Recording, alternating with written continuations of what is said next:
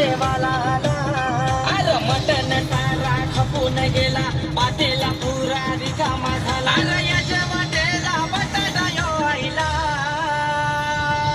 याला जावई का कुत्रा आहे? जावयाला बटाटा खायला घातला. जावई रुसल्याने गो हलतीला. जावई रुसल्याने गो रुसल्याने